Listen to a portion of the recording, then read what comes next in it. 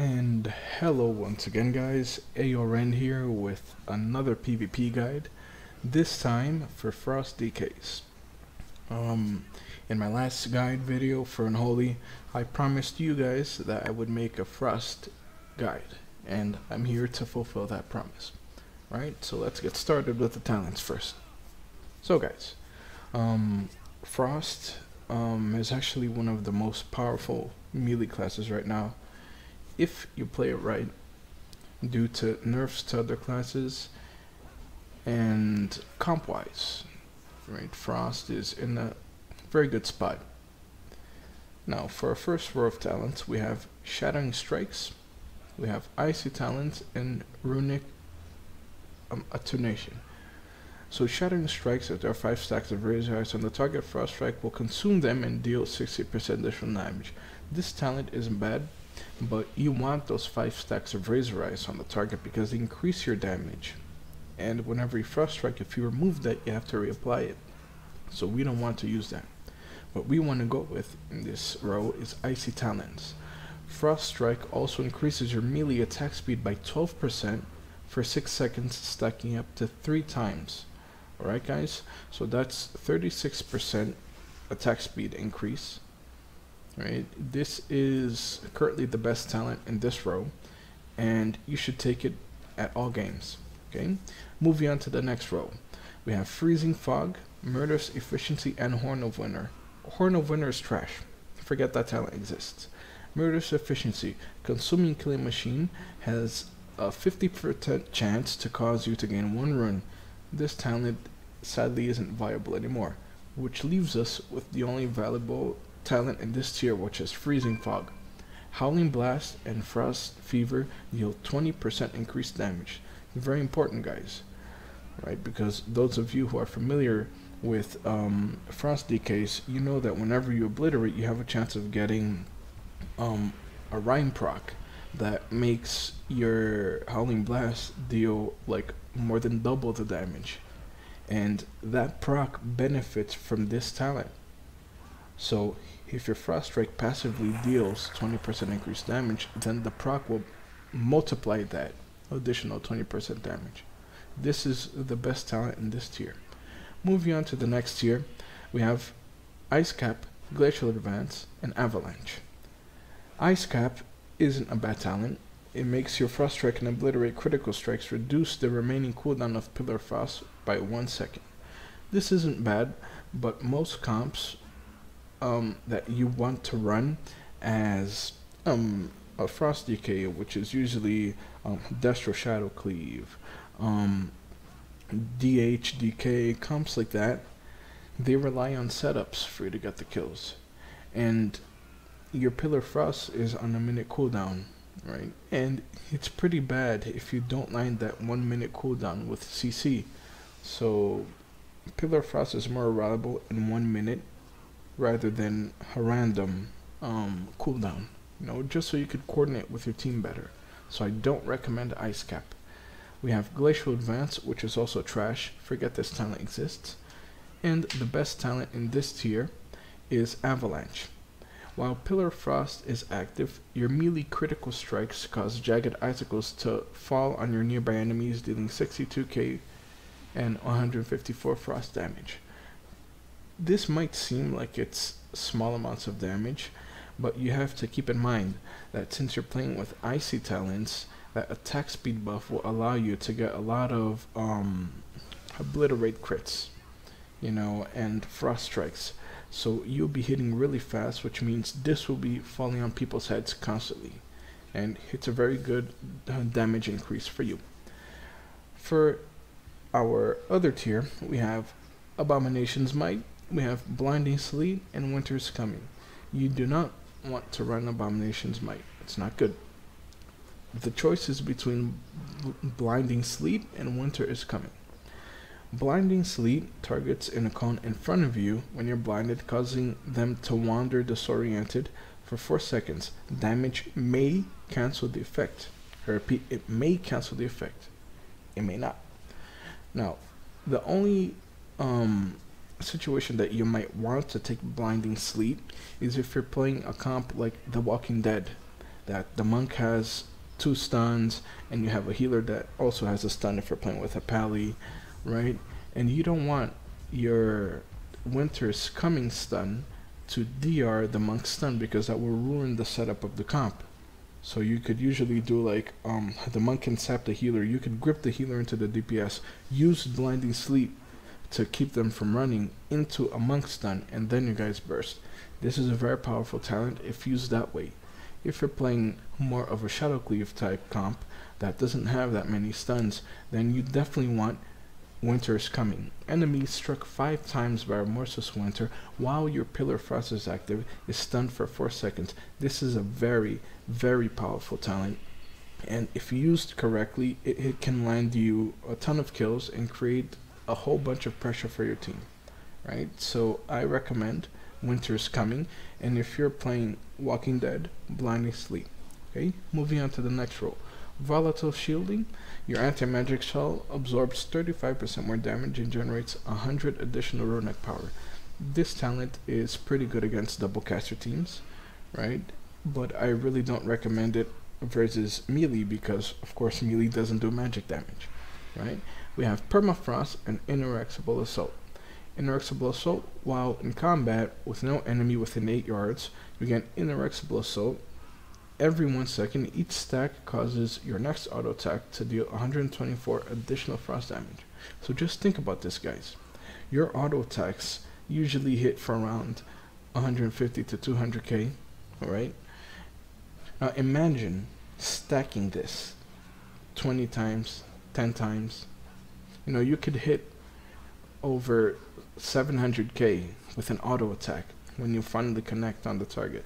This is really good against targets like mages and druids, DH teams, because as a frost DK, you have no mobility, right? And this is just really good, right? When they're kiting you and you're able to keep Howling Blasting and Chains of Ice, right, the target, and when you finally do connect, you have that fat damage, right, that will shock the enemy. This is a very nice talent. I personally love it. But if you're up against a team that has a lot of AoE, or a team that might hit you, then you want to go Permafrost. When you deal damage with auto attacks, you get an absorb shield equal to 100% of the damage dealt. This talent synergizes perfectly with Icy Talons, which increases your attack speed, which means more attack speed, more auto attacks. More auto attacks, more absorbs, right? So you could choose between these two, right? If you are able to keep uptime on the target, take Permafrost. If the target kites a lot, Inerexible Assault, okay? Next here, Frostbite, Frozen Pulse, and Gathering Storm. Frozen Pulse got nerfed, it's no longer viable. Frostbite, you take that if you're a PvE hero. The go-to talent here is Gathering Storm. This talent is the most important talent in this row. Reason is, each rune spent during Remorseless Winter increases its damage by 15% and extends its duration by 5 seconds. Basically, your Remorseless Winter already does a good amount of damage. Now imagine plus 15% damage, stacking and stacking and stacking. That's a lot of damage you can get with Remorseless Winter. But the trick is that as soon as you activate Remorseless Winter, you want to use Obliterate, and use Howling Blast only when you get procs. As long as you're spending runes during Remorseless Winter, you're maximizing the full potential of this talent, okay? So keep a heads up for that. On our last tier here, we have Obliteration, Breath of Sindragosa, and Hungering Rune Weapon. Breath of Sindragosa is no longer viable. Obliteration is also no longer viable. The go-to talent in this row, and one of the spells that combined with another one that makes Frost really strong right now, is this talent, Hungering Rune Weapon. What it does is it replaces your empowered rune weapon, and it empowers your rune weapon, gaining 1 rune and 5 runic power instantly, and every 1.5 seconds, granting 20% haste for 12 seconds. Now, this 20% haste also stacks with the haste buff from your Icy Talons. So this is 36% attack speed from icy talents plus 20% haste. This is a lot of attack speed, guys. You have to keep that in mind.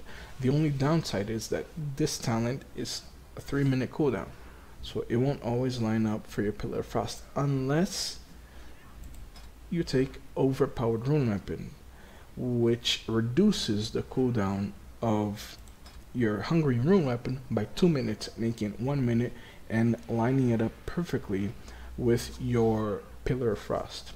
These two talents are what's breaking Frost Decay damage right now. So these are your talents that you want for the ideal 2v2, 3v3 scenario, guys. Okay, so let's move on to the honor talents. We have Trinket, we have Adaptation, and Relentless. Since I play human, I personally like Relentless. You guys know me. I already have the human Trinket, and Relentless is just powerful with a DK, since you're going to get CC'd a lot and rooted, right? In our next tier, we have Hardness, Reinforced Armor, and Sparring. I would recommend Sparring versus Warrior and Windwalker teams that only have exclusively melee damage. That's it. Besides that, since Legion health pools are huge, the 10% increase in health from Reinforced Armor is really good. Okay, we then have Cadaverous Pallor, Dark Simulacrum, and AMZ. AMZ is your go-to talent if you're fighting teams with casters, right? It's a very powerful cooldown. For 10 seconds, it reduces the damage that everybody inside the zone takes spell damage, by 60%. This is huge, guys. You know, if Mage throws an orb and your healer CC'd, boom, you drop a zone, you're safe. There's no way they're going to kill you through that.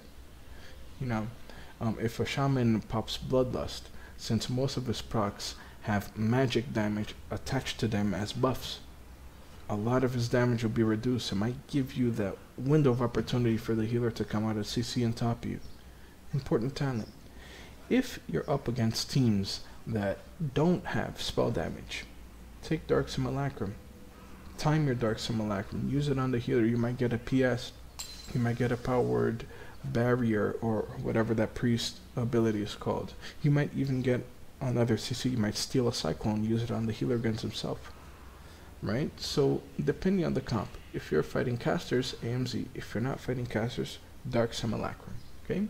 Now for auras, we have Decomposing Aura, Heartstop Aura, and Necrotic Aura.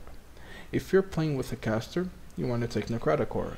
If you're playing against mages and rogues and teams with a lot of mobility, you want to take a combination of Heartstop Aura and Delirium, because Heartstop Aura decreases the cooldown recovery rate of abilities by 20% to all enemies within yards, and it synergizes perfectly well with Delirium, which is a disease that debilitates the target's movement, reducing the cooldown recovery rate of movement, enhancing abilities by 25%, stacks up to 2 times. So that's 50% cooldown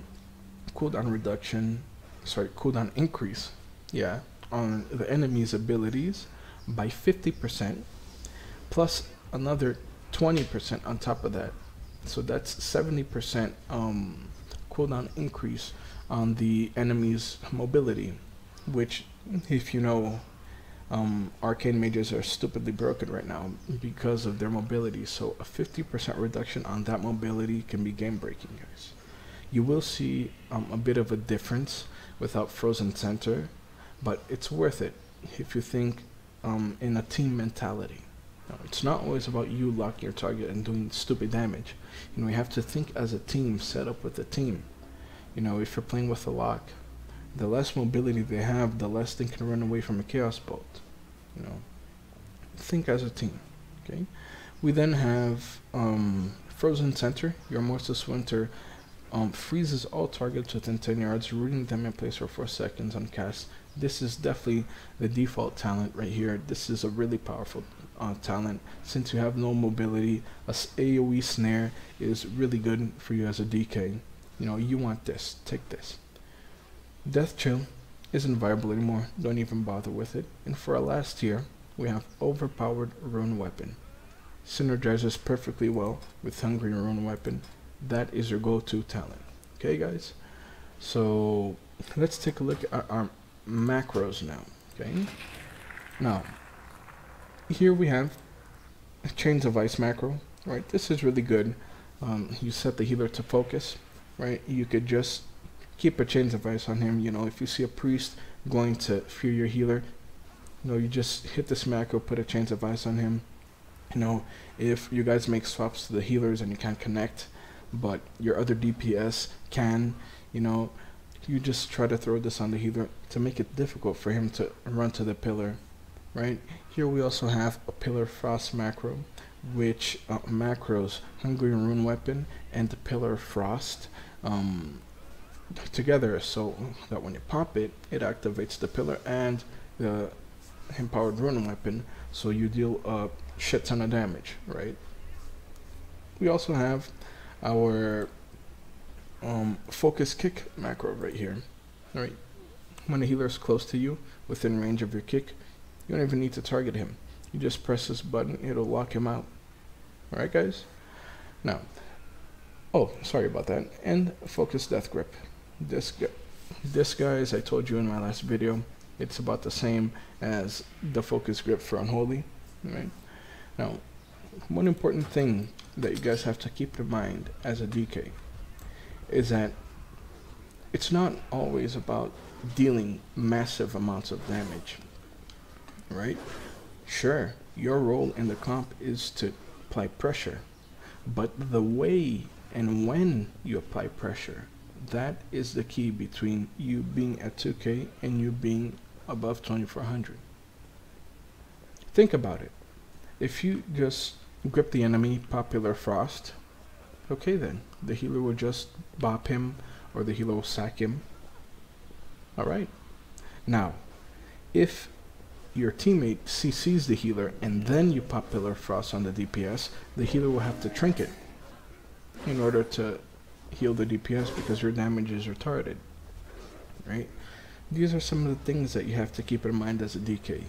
You ideally want to pop Pillar Frost when the target is across the map from a healer, or when the healer CC'd, or when the target does not have a defensive active on him. For example, if your Locust Cuss bolting a warrior and the warrior gets iron barked by the druid, you don't want to burst on a target that has iron bark. You don't want to burst on a target that has PS. You want to hit something that doesn't have a defensive, you know. And usually for some games, right, you don't always have to grip the healer to AoE. You know, if you're playing in Ashmane's Fall Arena, for example, and you're fighting a Shadow Play, Destrolock, Shadow Priest, Holy Pally, and the Shadow Priest walks into the middle of the map, you don't have to go to the middle of the map and grip the Pally into the Priest. You could just go to your pillar, grip the Priest into the pillar, and root him with Remorseless Winter, pop your cooldowns. You're guaranteed to force something. Meanwhile, the Pally will have to leave his pillar, come, heal the Priest, and get CC'd because he's in the middle. And you have to use your Death Grip wisely. Sure, Death Grip is a short cooldown. It's on 25-second cooldown. But you have to think of it as you have a 25-second interrupt, you have a 25-second gap closer, you have a 25-second peel. It's not just a grip. Grip can be used for a lot of different things and can be game breaking, especially if the target doesn't have a trinket and you grip him into a terrible position, into a Pillar of Frost. That can be GG right there, right? Now, one thing that is very important is that ideally you want to dump your runic power on Frost Strike to maintain the haste buff, the attack speed buff. But if you see that your HP is dropping and you have runic power, use it on Death Strikes. If you anticipate that you're going to get taken by surprise and you're going to get hit hard, take a lot of damage, that's when you want to IBF and then use Death Strike. You never want to IBF without runic power and then generate the runic power during IBF. You never want to do that. You ideally want to have over 50 runic power, so when you IBF you can get at least one Death Strike off. It's your most important cooldown, it's your defensive cooldown, And don't be scared to use it. If your healer CC'd and you know, you're taking a lot of damage, you're about to die, hit that Icebound Fortitude. Right? Hit that Icebound Fortitude, you know, heal yourself, and you'll be fine. It's okay. Cooldowns are meant to be used. One mistake a lot of DKs make is that they hold on to it as a complete last resort, and then they end up not having runic power to heal through it, and they die or they get disarmed. You know, if it's early in the fight and you're fighting, for example, RMP, and they bomb you at the start, hell, use it. They can't stun you anymore, and you're safe. You know, it's all about using the right cooldowns at the right times, guys. It's all about that, right? But ideally, save your burst for when the healer is CC'd, or when you know your team could get a CC, then you could start bursting, right? If the healer doesn't have a trinket, grip the healer into your damage, then pop Remorseless Winter and Pillar Frost. You never want to pop Pillar Frost or Remorseless Winter and then grip the healer, because then he won't get rooted by the Remorseless Winter. You always want to grip him, Pillar Frost, Remorseless Winter, Cindergosa's Breath, and just go to town, right? Keep using Obliterate, keep using Howling Blast, just so you can maintain the damage bonus from Remorseless Winter, and keep it going too. Okay, guys? So I'll demonstrate on a training dummy, okay, what we're gonna be doing, right? So ideally, you want to get your diseases, of course, in, right? You ideally want to go, you know, you have 60 runic power, Frost Strike, you know, get that Obliterate. Always hit with lights up. See the buff? Icy Talents, the haste buff. This is when you want to pop Pillar Frost, Cindergosa, Obliterate. Keep an eye on the Remorseless Winter buff. It's never decreasing. Look at that. 150% damage on Remorseless Winter. This is the buff you want to keep up, guys. This is how you do massive damage. Frost Strike, you know, and by the time Remorseless Winter falls, you have it back up. Alright, guys? I hope this guide was helpful. Right? Please leave a like and subscribe, and go get Gladiator. Peace.